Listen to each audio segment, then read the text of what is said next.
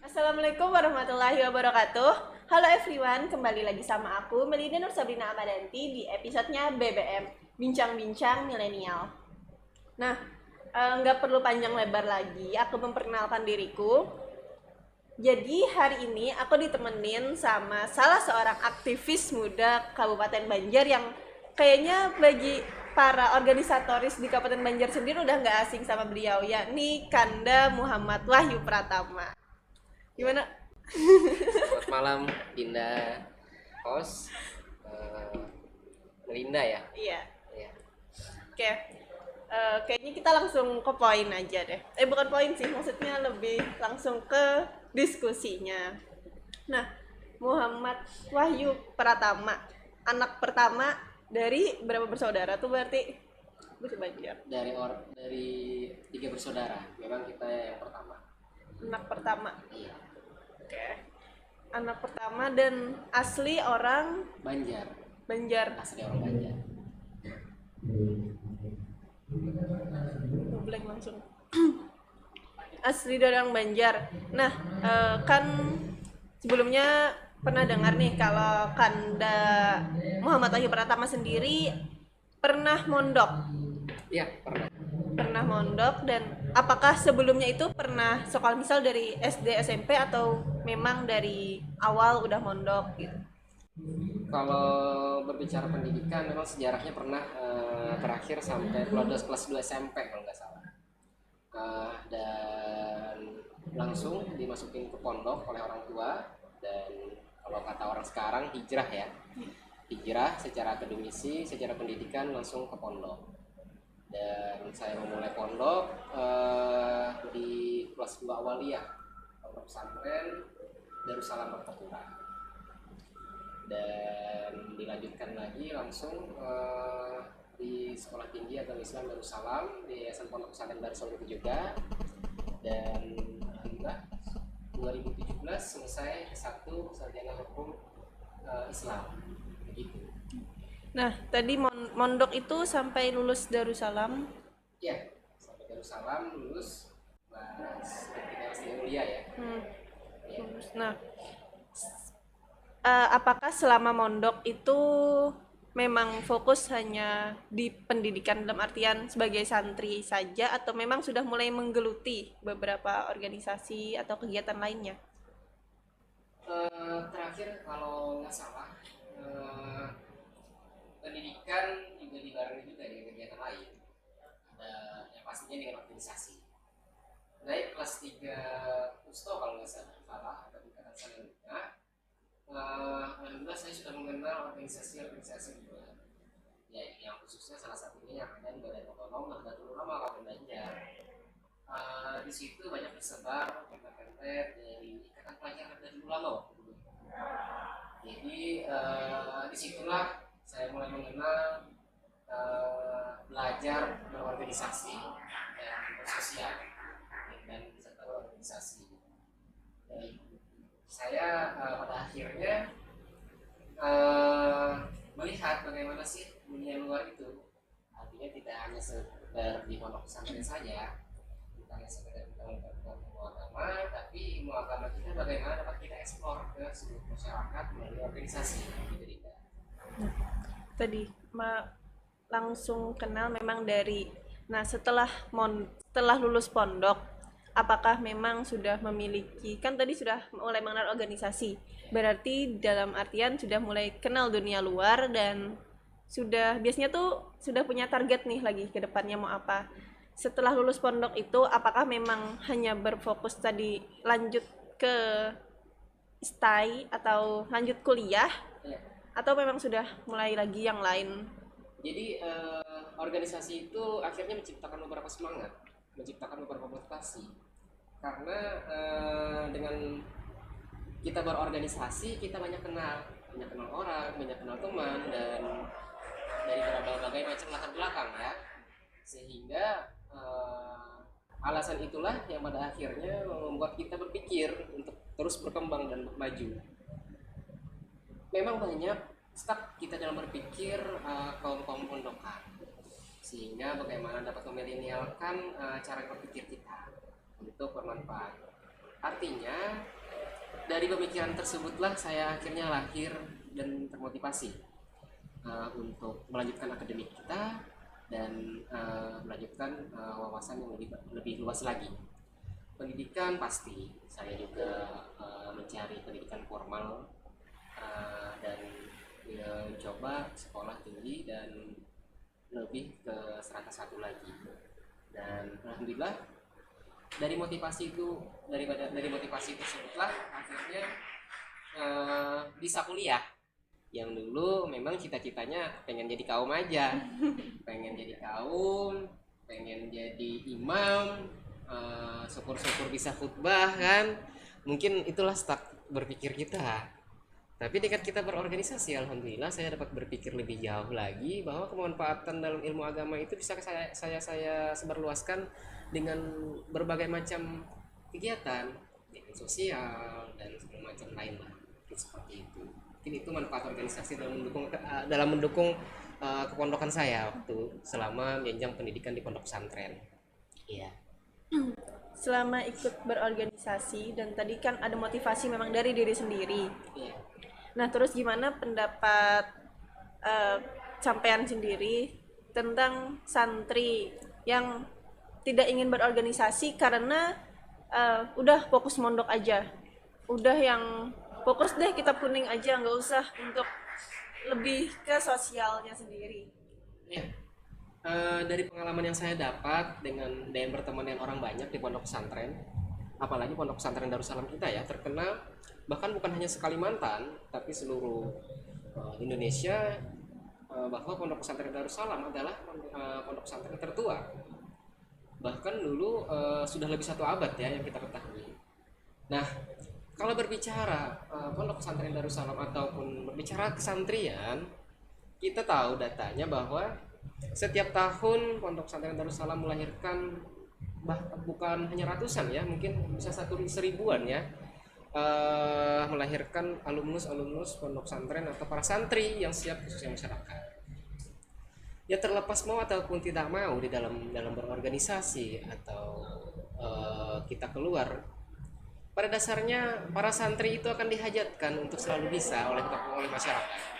Sehingga inilah yang harus menjadi cerminan kita. Banyak para santri yang tidak confidence atau tidak percaya diri, walaupun pada akhirnya dia juga mempunyai keilmuan yang bagus. Mungkin para santri hebat baca kitab, bisa baca doa, bisa jadi imam, bisa jadi khutbah dan memahami segala rukun Islam dan hal-hal yang lain terkait keislaman ataupun ilmu agama kita. Tapi tidak sedikit juga para santri yang susah untuk mengeksplor itu, susah untuk mengaplikasikan itu, karena kepercayaan diri, emosional kemasyarakatan atau emosional sosial tidak masih belum siap. Entah itu mungkin kurang confidence ya, entah itu tidak percaya diri. Nah, mungkin ya kita menghimbau kalau boleh sejak dini saja kita berorganisasi supaya kita paham bagaimana rasanya bersosial, bagaimana caranya menghadapi masyarakat. Mungkin seperti itu. Memang banyak yang dilihat sampai sekarang tadi bahwa banyak yang akhirnya santri itu ngestak, dalam artian dia tidak bisa lebih merealisasikan ilmu yang dia dapat karena tidak percaya diri, tidak terlatih lah tadi biasanya. Nah, tapi dalam berorganisasi pun tentu pasti kita pernah mendapati yang namanya cobaan atau yang udahlah capek, udahlah fokus mondok aja, udahlah nggak usah ikut organisasi lagi. Nah, sampean sendiri pernah nggak ngalamin hal itu? Ya, jadi begini Dinda. Pada dasarnya innamal a'malu binniyat. Semua pekerjaan kita harus kita awali dengan niat. Kita boleh beristirahat sejenak, tapi jangan sampai berhenti berjuang. Apa yang menjadi keinginan kita untuk bersosial, untuk bermanfaat untuk masyarakat ataupun sosialnya, itu jangan sampai terhenti. Apa yang menjadi cita-cita kita? Karena saya yakin lelah itu pasti ada. Tapi bagaimana kita dengan niat yang baik, apa saja yang kita jalani setiap harinya, saya yakin itu akan menjadi sebuah hiburan yang nyaman. dalam menjalaninya. Ada rasa lelah, itu pasti.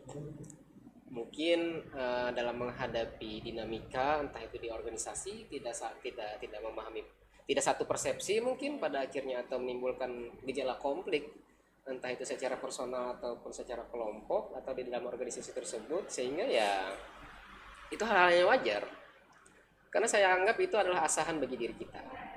Cobaan itu bagaikan lading yang diasah di batu, sehingga itu akan selalu menajamkan kedewasaan kita sebagai kaum milenial, sehingga kedewasaan tersebut sangat akan bermanfaat saat kita ingin menghadapi masyarakat dan di tengah-tengah sosial. Nah, mungkin seperti itu. Jadi kita bisa saja lelah, bisa saja beristirahat, tapi jangan lupakan niat baik kita. Kita ini untuk apa? Memang pada dasarnya begini, belajar pilihan, organisasi pilihan. Jangan sampai waktu kita terbuang sia-sia. Bagaimana waktu keemasan di masa muda kita itu memang harus dimanfaatkan. Yang namanya juga masa waktu keemasan ya. Emas itu sesuatu yang berharga. Artinya umur atau waktu kita saat ini adalah sesuatu yang sangat-sangat berharga. Sayang kalau hanya sekedar dimanfaatkan untuk tidur-tidur saja setelah pulang dari kegiatan berpendidikan atau habis pengajian, mungkin pulang udah gitu aja. Tapi banyak juga memang yang memfokuskan diri di dunia akademisi, pada akhirnya menjadi ilmuwan hebat, jadi cendekiawan keilmuan agama yang luar biasa. Dan saya tidak sedikit menemui teman-teman yang seperti itu. Intinya niat kita, sehingga ya kita sadar bahwa yang namanya berorganisasi untuk meningkatkan kepercayaan diri kita. Cuman jangan juga ada yang kelupaan keramaian ya, mungkin ya, berorganisasi sehingga melupakan dunia pendidikannya. Jangan sampai, karena itu adalah fondasi kita dalam mempunyai teori-teori dalam menghadapi kehidupan nantinya. Seperti itu. Tadi keramaian berorganisasi. Dalam artian bahasa Banjarnya keramian ya, lah. Keramian, terlalu asik Yeah. ikut organisasi sampai lupa dengan pendidikannya. Yeah. Nah, dan bahasanya kan tadi orang yang sudah asik, orang yang sudah terlalu seru dengan dunia itu pasti dia pasti melupakan akan pendidikannya tadi. Nah, gimana menurut sampean dengan orang yang sudah asik tadi itu, untuk misalnya dia untuk apa, karena sudah terlalu asik dengan organisasi, akhirnya dia berpikir untuk mungkin dia sadar nih sudah terlalu asik berorganisasi sehingga memilih untuk fokus kembali ke pendidikan dan memilih meninggalkan organisasi itu. Iya. Apakah Saya rasa itu bukan pilihan yang tepat dalam berorganisasi. Gitu, seperti itu. Kita dalam berorganisasi, kita harus memilih organisasi itu tepat atau tidak. Apabila organisasi itu membawa atau seiring kita ke dalam sesuatu yang pada akhirnya membuat kita lupa dengan pendidikan, maka itu organisasi yang salah. Mungkin di Badan Otonom Nahdlatul Ulama itu ada pintu masuknya Nahdlatul Ulama, ada Ikatan Pelajar Nahdlatul Ulama dan Ikatan Pelajar Putri Nahdlatul Ulama. Di situ sudah jelas, karena memang saya pengalamannya memulai organisasi itu dari IPNU, Ikatan Pelajar Nahdlatul Ulama. IPNU sendiri mempunyai slogan belajar. Nah, sehingga apabila IPNU dapat melupakan para anggotanya, membuat para anggotanya lupa dengan pendidikan, dapat membuat anggotanya lupa dengan belajar, maka itu organisasi yang tidak benar.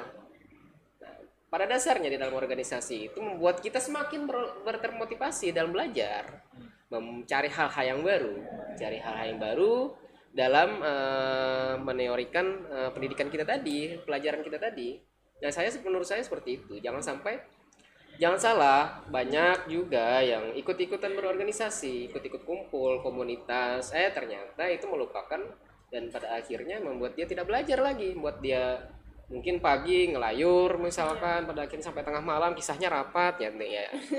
Saya rasa itu tidak cocok dalam kita sebut berorganisasi. Nah, menurut Anda sendiri, apakah mungkin ada saran atau motivasi bagi mereka-mereka yang sudah ada di posisi itu tadi, sudah terlalu asik dengan organisasi, sudah dia merasa benar nih udah ikut organisasinya, tapi dia lupa membedakan antara yang kata-katanya yang merusak masa depan, antara Ya. itu. Kalau bagi kawan-kawan yang sudah terlanjur ya, terlanjur masuk sebuah komunitas ataupun organisasi, pada akhirnya melupakan pendidikannya, melupakan masa-masa belajarnya, itu memang pengaruh ya, namanya juga pengaruh.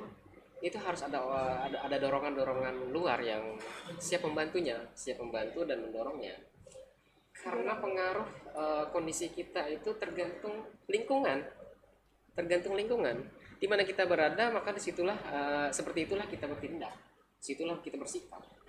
Kalau kita di organisasi yang tepat seperti di badan otonomnya Nahdlatul Ulama seperti IPNU ataupun IPPNU, saya yakin kawan-kawan pelajar itu akan lebih baik karena eh, akan memberikan vibrasi-vibrasi positif kepada para pelajar tersebut. Nah, mungkin di organisasi yang seperti IPNU inilah memberikan pahaman kepada teman-teman yang di luar sana yang sudah ya mungkin kita anggap salah jalan ya, dan salah jalan dalam memilih organisasi sehingga melupakan pendidikannya. Disinilah kawan-kawan keterperanan kawan-kawan atau rekan-rekan yang berada di IPNU ataupun IPPNU, karena dalam meningkatkan motivasi kita belajar, ayo kita di IPNU di situ, karena saya yakin program-program di IPNU itu tidak lepas dari belajar, tidak lepas dari pelajar, sehingga bagaimana mengeksplor, mengaplikasikannya di sosial atau masyarakat supaya lebih baik lagi. Tadi kan ada program atau kegiatan yang tentunya diadakan oleh sebuah organisasi yang tidak lepas kadang menjadi alasan bagi seorang yang ikut organisasi itu untuk meninggalkan pendidikannya, atau yang tadi waktunya terbagi antara ikut organisasi, ikut sekolah, belum lagi nanti pengajian bagi seorang santri yang akhirnya menjadi alasan terkuat bahwa waktunya nggak ada, terkurang. Nah, menurut Anda sendiri gimana sih cara manajemen waktu itu yang ya itulah tadi alasan terkuat? Ya, jadi begini, setiap pilihan, setiap tindakan itu ada konsekuensinya masing-masing ya. Ya. Setiap apa yang menjadi tindakan ataupun pilihan kita untuk mengambil suatu pilihan ataupun tindakan, ini pasti sedikit banyaknya akan menghasilkan konsekuensi. Nah, bagi orang-orang yang ingin maju, dia harus berani mengambil konsekuensi. Dia harus berani mengambil konsekuensi, entah itu konsekuensinya besar ataupun kecil. Sama dengan hal kita ingin berorganisasi, kita akan pasti sedikit banyaknya akan terbentur dengan hal-hal yang kita anggap itu akan mengganggu di dunia pembelajaran kita. Terkait manajemen waktu, disinilah skill kita pada akhirnya diasah. Kita harus memilih pendidikan ataupun memilih ikut berkegiatan organisasi. Disinilah kebijakan kita dalam memilih, sehingga pada akhirnya manajemen waktu kita akan terbiasa. Waktu kita akan terbiasa. Mungkin dari kehidupan saya pribadi, planning time itu perlu. Mulai saya ingin tidur, besok itu mau ngapain? Saya bangun, sekolah, habis itu organisasi, belajar lagi, pengajian lagi, itu sudah diatur. Dalam satu hari sudah diatur. Yang biasanya terbentur itu karena tidak diatur. Saya yakin kita diberikan waktu yang sama dalam satu hari, yaitu 1 kali 24 jam, dan tidak ada lebihnya. Mungkin kenapa saya lebih hebat atau teman saya kurang hebat, apakah karena saya diberi waktu 25 jam atau 1 jam dilebihkan? Tidak. Ini terkait kita mengatur waktu kita. Jadi mulai kita ingin tidur ataupun sesudah bangun tidur, itu kita sudah atur waktu. Bagaimana waktu kita dapat kita jalankan secara efektif setiap harinya. Saya yakin kalau dalam mengatur waktu sesuai kegiatannya masing-masing ya. Pagi sekolah, baru ingin kalau bisa berorganisasi, pengajian, selanjutnya apa lagi, ingin rapat-rapat lagi malamnya. Nah, itulah yang perlu kita atur bersama. Jadi seperti itu.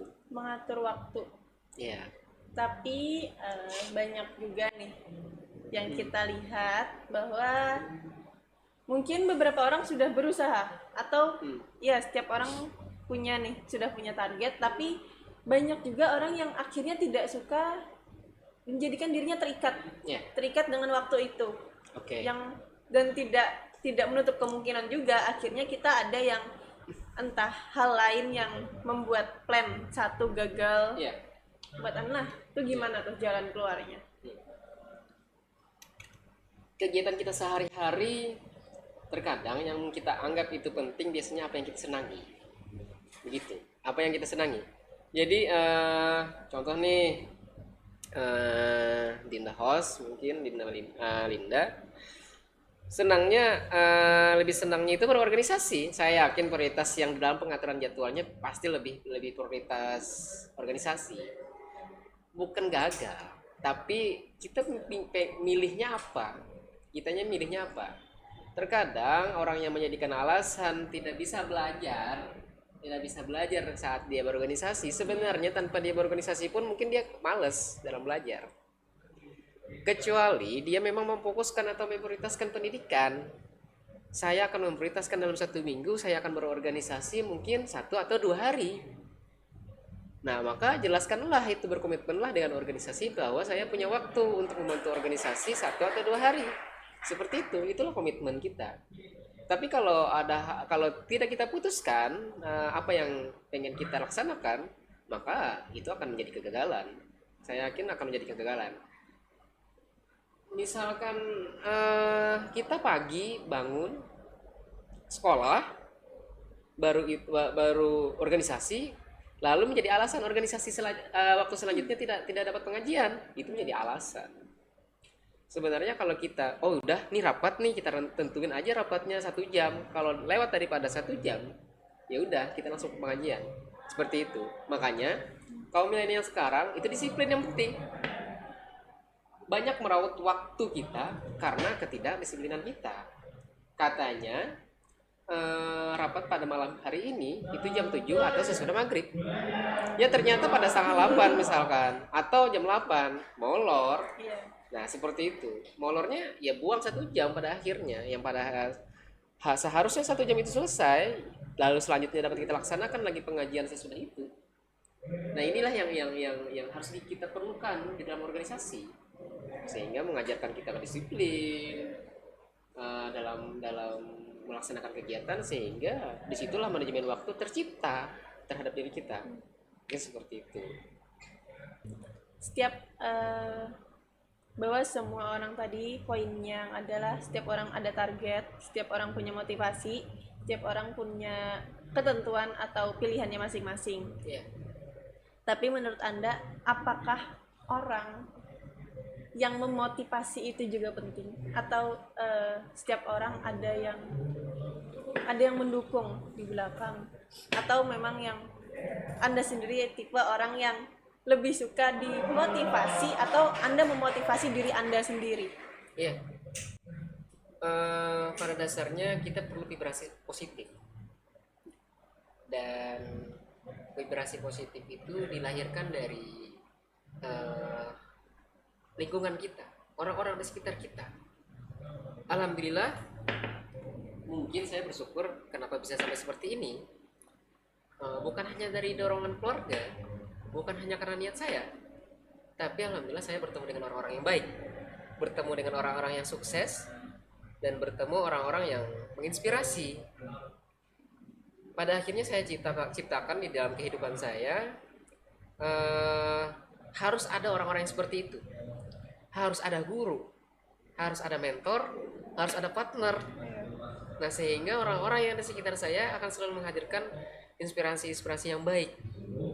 Mungkin ya kalau kita anggap di organisasi itu ada senior, kalau teman-teman kita itu partner. Nah ini bagaimana satu frekuensi dalam organisasi, satu frekuensi dalam tujuan dan visi misi. Misalkan saya ingin belajar wirausaha, ya udah saya masuk dalam sebuah kelompok yang membicarakan kewirausahaan. Kalau saya masuk dalam sebuah kelompok yang dimana barbar main kartu misalkan, ya nggak cocok. Sehingga disinilah motivasi kita hadir. untuk berwirausaha ataupun berorganisasi.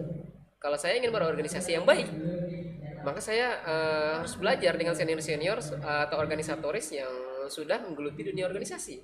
Bagaimana dalam mengelola organisasi, bagaimana manajemen organisasi, dan bagaimana saya menjadi seorang organisatoris atau aktivis yang baik. Mungkin seperti itu. Kalau boleh saya jawab kesimpulannya, saya sangat perlu dengan orang-orang yang seperti itu. Orang-orang yang menginspirasi, orang-orang yang memberikan saya motivasi. Terlepas saya lebih suka adakah orang yang seperti itu atau saya tidak suka dengan orang yang seperti itu, tidak. Bahkan saya sadar kalau kita sudah menyandang gelar senior misalkan atau yang lebih tua di organisasi, saya sangat sering dengan kawan-kawan atau rekan-rekan IPNU ataupun PNU mengadakan sharing. Sehingga sebenarnya bukan hanya berbicara menggurui, tapi juga itu mereview ulang semangat saya yang dulu supaya tidak hilang. Karena biasanya semakin tua umur, semakin berkembangnya usia kita ataupun secara psikis kita harus lebih lagi motivasinya, lebih lagi inspirasinya, sehingga sebenarnya itu review ulang kepada terhadap psikologis kita. Kita harus semangat, berarti saya juga harus semangat dong, seperti itu, sehingga vibrasinya kena tuh kepada orang, kepada audiens atau kepada pendengar. Nah seperti itu, saya pengen juga punya kader-kader hebat, saya juga pengen punya partner kader tadi sehingga menjadi partner yang hebat dan selalu mendukung organisasi lebih maju lagi, khususnya yang ada di Nahdlatul Ulama ya. Tadi ada sempat menyatukan frekuensi Ya. Nah, menyatukan frekuensi itu apakah harus kita menyesuaikan orang menurut Anda sendiri, atau kita lebih ke yang ini saya, ini jalan pikiran saya, perkara orang mau ikut atau enggak, yang mau ikut silahkan, yang enggak. Nah, dengan orang yang ikut, oke, kita bisa berarti satu frekuensi. Tapi dengan orang yang menolak atau bahkan menganggap kita ibarat itu menganggap kita apa sih, nggak usahnya yang menjatuhkan kita lah. Nah, bagaimana cara kita menghadapi orang yang tidak sefrekuensi itu? Nah, kalau berbicara frekuensi, pada dasarnya ini berbicara nilai-nilai hubungan kita ya, nilai-nilai hubungan sosial kita terhadap satu dengan yang lainnya dalam mencapai tujuan visi misi. Nah mungkin sedikit contoh, mungkin kita di organisasi kalau kita tidak satu frekuensi akan menimbulkan konflik nih. Misalkan nih rekan dan rekan kita pengen adakan kegiatan sosialisasi, karena mungkin si A nya pengennya eksistensi, yang satu frekuensinya pengen kebermanfaatan, nggak kena nih. Sedangkan berbicara frekuensi ini berbicara perbedaan. Kalau kita selalu cari perbedaan, maka pasti frekuensi itu tidak akan sama. Karena saya yakin seluruh manusia itu dilahirkan dengan frekuensi yang tidak sama. Tapi pada dasarnya frekuensi itu akan selalu menjadi sesuatu yang baik bila kita dapat menyamakannya. Maka disitulah kedewasaan. Contoh misalkan, bagaimana kita dapat menyamakannya? Ya kita harus turunkan ego dan kita dapat memikirkan bukan hanya apa yang menjadi tujuan kita, tapi apa sih nilai baik yang disampaikan oleh teman kita. Kalau pada akhirnya itu sama tujuan, ya bagus. Akhirnya timbullah suatu manfaat dan eksistensi dalam bersosialisasi tadi, dalam mengadakan kegiatan tadi, sehingga dapat double. Makanya hilaf itu sebenarnya rahmat, bukan bala.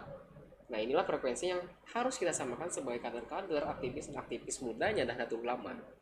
Saya yakin Nahdlatul Ulama dan para orang tua dulu kita sudah mengajarkan bagaimana cara menyamakan frekuensi atau menyamakan perbedaan.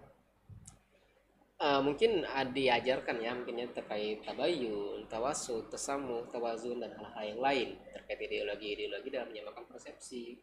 Nah disinilah kecerdasan para aktivis muda milenial kita yang hebat dalam bersosial. Kalau kita tidak selalu meninggikan ego kita dalam visi misi, saya yakin tidak ada frekuensi yang sama dalam satu kelompok.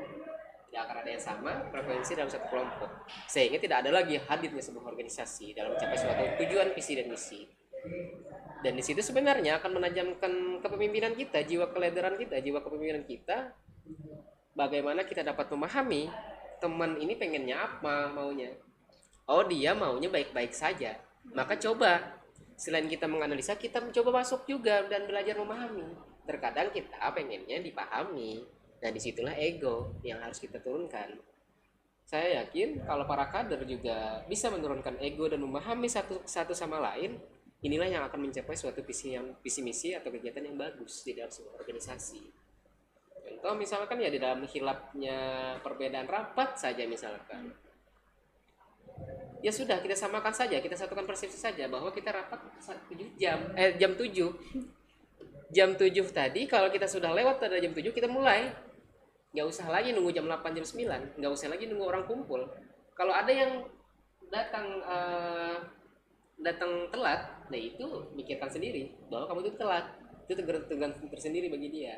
Sehingga ciptaan adat seperti itulah yang pada akhirnya mendewasakan para kader kita. Nah, mungkin seperti itu, Linda. Oke. Nah, Anda sendiri kan mungkin saat ini sudah di umur kepala 2. Ya enggak juga.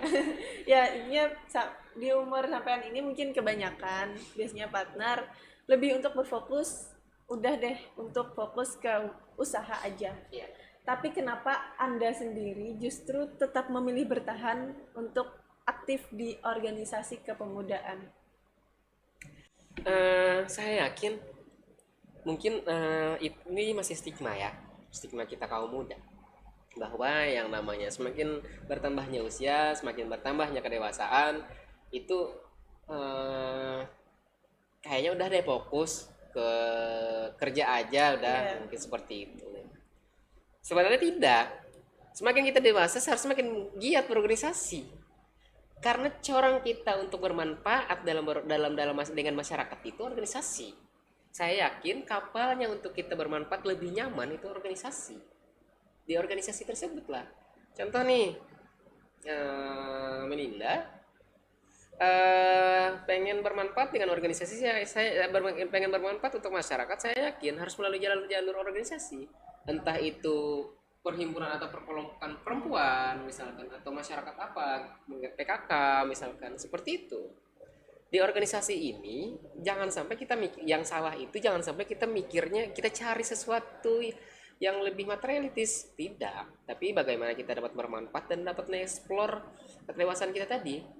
Nah, sebenarnya ini cambuk juga, semakin kita dewasa kita harus kuat juga kemandirian, sehingga kita dalam menopang organisasi tersebut lebih bagus, supaya lebih bagus. Mungkin seperti itu. Banyak kok, bahkan para orang tua kita juga khususnya di Nahdlatul Ulama masih kok ikut-ikut rapat, masih kok ikut membahas-bahas masalah bagaimana masyarakat kita, bagaimana NU ke depan bergerak untuk masyarakat kita. Itu bukti bahwa kemapanan orang-orang tua kita di Nahdlatul Ulama memperjuangkan organisasi Nahdlatul Ulama sebagai ideologinya Ahlus Sunnah wal Jamaah dalam perhimpunan organisasi Nahdlatul Ulama. Inilah alternatif. Saya yakin disinilah mungkin semakin kita dewasa kita harus makin aktif seperti itu. Ya. Semakin dewasa semakin memberikan manfaat untuk masyarakat. Bikin manfaat. Oke. Berorganisasi. Tadi dari pendidikan, kemudian ikut organisasi, dan sekarang yang juga menggeluti bisnis. Ada nggak satu target yang pengen banget dicapai tapi sampai saat ini belum terwujud? Mungkin plan itu pasti ada ya. Mungkin kita sudah schedule dalam waktu dekat, menengah, ataupun jangka panjang. Mungkin kalau sedikit buka-bukaan untuk dalam waktu dekat, saya pengen juga punya keluarga, ingin punya teman di rumah. Mungkin seperti itu. Mudah-mudahan didoakan saja ya. Itu waktu dekat, karena saya rasanya tidak cukup kata-kata para senior, keberhasilan itu hanya dinikmati sendiri. Jadi kedewasaan itu bagaimana kita punya tanggung jawab yang lebih, amanah yang lebih, sehingga kalau kita cuma sendiri saja tapi dengan berkeluarga kita dapat menunjukkan bahwa kita akan lebih sukses lagi. Ini seperti itu. Berarti sekalipun nanti sudah berkeluarga tetap memilih aktif untuk bermanfaat juga bagi masyarakat luar. Iya, pasti. Karena saya tidak ingin menikmati kesuksesan itu sendiri. Saya sudah menanamkan niat bahwa kehidupan saya harus selalu dengan orang banyak, bersosial dengan orang banyak, dan dapat selalu berperan di tengah-tengah orang banyak untuk berbicara kebermanfaatan orang banyak. Seperti itu. Nah, dengan di posisi Anda yang sudah dengan Anda yang sudah ada di posisi sekarang, coba mungkin sampaikan satu kalimat untuk diri Anda sendiri. Yang mungkin ingin Anda sampaikan lah. Ya, kalau motivasi saya untuk saat ini pada dasarnya Khairun Sampai Linnas. Bagaimana saya ingin selalu bermanfaat dan selalu maju dan terus bergerak, maju melangkah dan terus bergerak. Karena dengan saya berpikir seperti itu, saya tidak akan hanya bisa tidur saja. Saya akan selalu berpikir bagaimana untuk meningkatkan kedewasaan dan kemandirian. Nah, dari motivasi tersebutlah ketergerakan secara fisik ataupun psikis kita dapat bermanfaat bagi masyarakat, itu dapat selalu hadir. Mungkin seperti itu. Bermanfaat bagi masyarakat. Bagaimana jika malah karena motivasi Anda ingin bermanfaat, justru ada orang yang ingin memanfaatkan, yang akhirnya Anda itu dimanfaatkan? Ya, sebenarnya kata-kata tersebut bukan hanya satu kali, tapi bahkan sudah biasa terjadi. Karena kita ingin bermanfaat, pada akhirnya banyak memanfaatkan. Tapi kita jangan menyesali hal-hal seperti itu. Saya anggap dan itu sangat tidak perlu untuk kita pikirkan. Kita sangat tidak perlu kita pikirkan karena pada dasarnya itulah niat kita. Yang penting dia pengennya memanfaatkan atau bagaimana, ya terlepas dia ingin membalas ataupun ingin memanfaatkan, saya rasa itu personality dia. Pada dasarnya saya sudah bermanfaat bagi dia, mungkin seperti itu. Yang penting saya udah manfaat nih bagi kawan-kawan saya, bagi masyarakat saya, bagi orang tua dan keluarga saya. Mungkin seperti itu. Mungkin ada teman yang dikit-dikit ngutang misalkan. Ya udah, kalau kita punya uang yang berlebih, kita beri. Kalau ada teman yang minta bantuan kalau kita punya waktu, kita bantu. Kalau ada kawan-kawan organisasi yang pengen perlu motivasi ataupun narasumber, siap kita bantu dalam hal yang bagaimana semampu kita. Intinya pada dasarnya dari awal kita ingin membantu, kita ingin bermanfaat, karena memang dalam bermanfaat itulah saya yakin pasti ada balasan yang lebih baik. Seperti itu. Karena berkah dari apa yang saya jalani itu tidak lepas dari semua apa yang kita niatkan. Seperti itu. Berarti dengan kata-kata, carilah tempat di mana kamu dihargai, bukan sekadar dibutuhkan. Saya tidak terlalu sepakat dengan bahasa seperti itu. Dimanapun kita bertempat, dimanapun kita entah dibutuhkan atau dimanfaatkan, selama kita mempunyai niat ikhlas, mempunyai keikhlasan yang baik di dalam hati kita tidak perlu memikirkan hal-hal seperti itu. Supaya kita pada akhirnya itu akan blunder. Kalau kita memakai motivasi seperti itu, kita malah milih akhirnya. Kita baiknya maunya di sini aja. Mungkin seperti itu. Yeah. Kita baiknya pengennya di sini aja nih. Kalau di sini jangan deh, dia bisa, kelompok itu bisanya manfaatin. Jangan. Ngebatas sendiri. Jangan membuat batasan. Jangan bikin batasan terhadap diri kita. Terlepas kita tahu ada satu kelompok itu pengen manfaatin, ya udah nggak apa-apa. Bisa-bisa saja dari kelompok tersebut karena melihat kondisi kita, mereka akan tersadar. Kalau kita membuat batasan, maka kita bukan organisatoris, bukan aktivis. Karena kita harus plur semuanya. Kita tidak boleh memberikan batasan terhadap diri kita. Nah, inilah bumerang yang berbahaya terhadap diri kita apabila kita salah motivasi.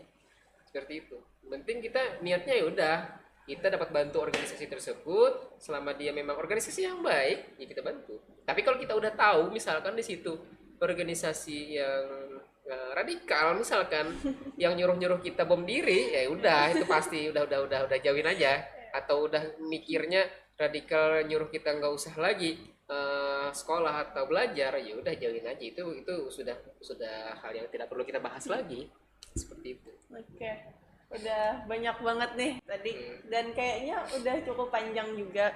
Sebenarnya masih banyak karena dari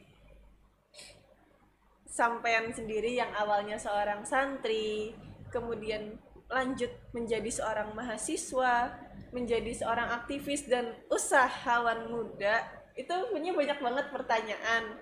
Cuman mungkin karena kita terkendala waktu, Iya, bisa di lain waktu nanti. iya mungkin nanti lanjut di episode-episode selanjutnya deh. Nah, mungkin kita langsung ke closing statement juga, langsung dari sampean deh.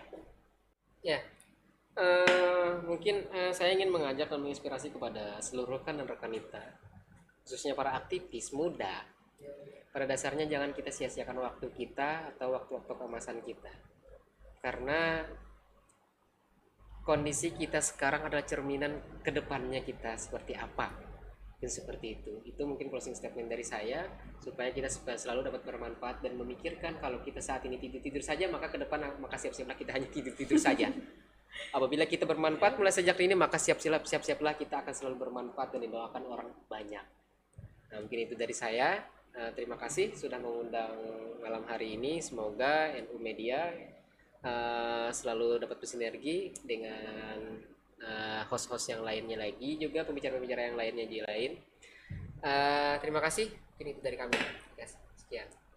Jadi intinya di sini bagi kalian semua, entah para pelajar, santri, mahasiswa atau siapapun kalian, cobalah untuk terus mengembangkan diri kalian, terus upgrade diri kalian, terus manfaatkan waktu yang ada sekarang. Karena balik lagi bahwa siapapun kita sekarang itu yang menentukan kita di masa depan.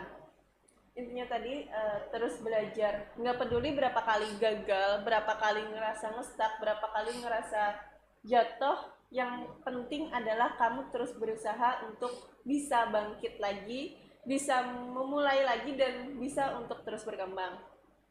Saya selaku host memohon maaf apabila terdapat banyak kesalahan kata, karena balik lagi kita di sini sama-sama belajar, kita sharing, kita benar-benar kedepannya juga perlu nih saran, motivasi atau masukan-masukan dari kalian supaya kami bisa terus mengembangkan podcast ini ke depannya. Sekian dari saya. Wallahul muwaffiq ila aqwamit thoriq. Wassalamualaikum warahmatullahi wabarakatuh.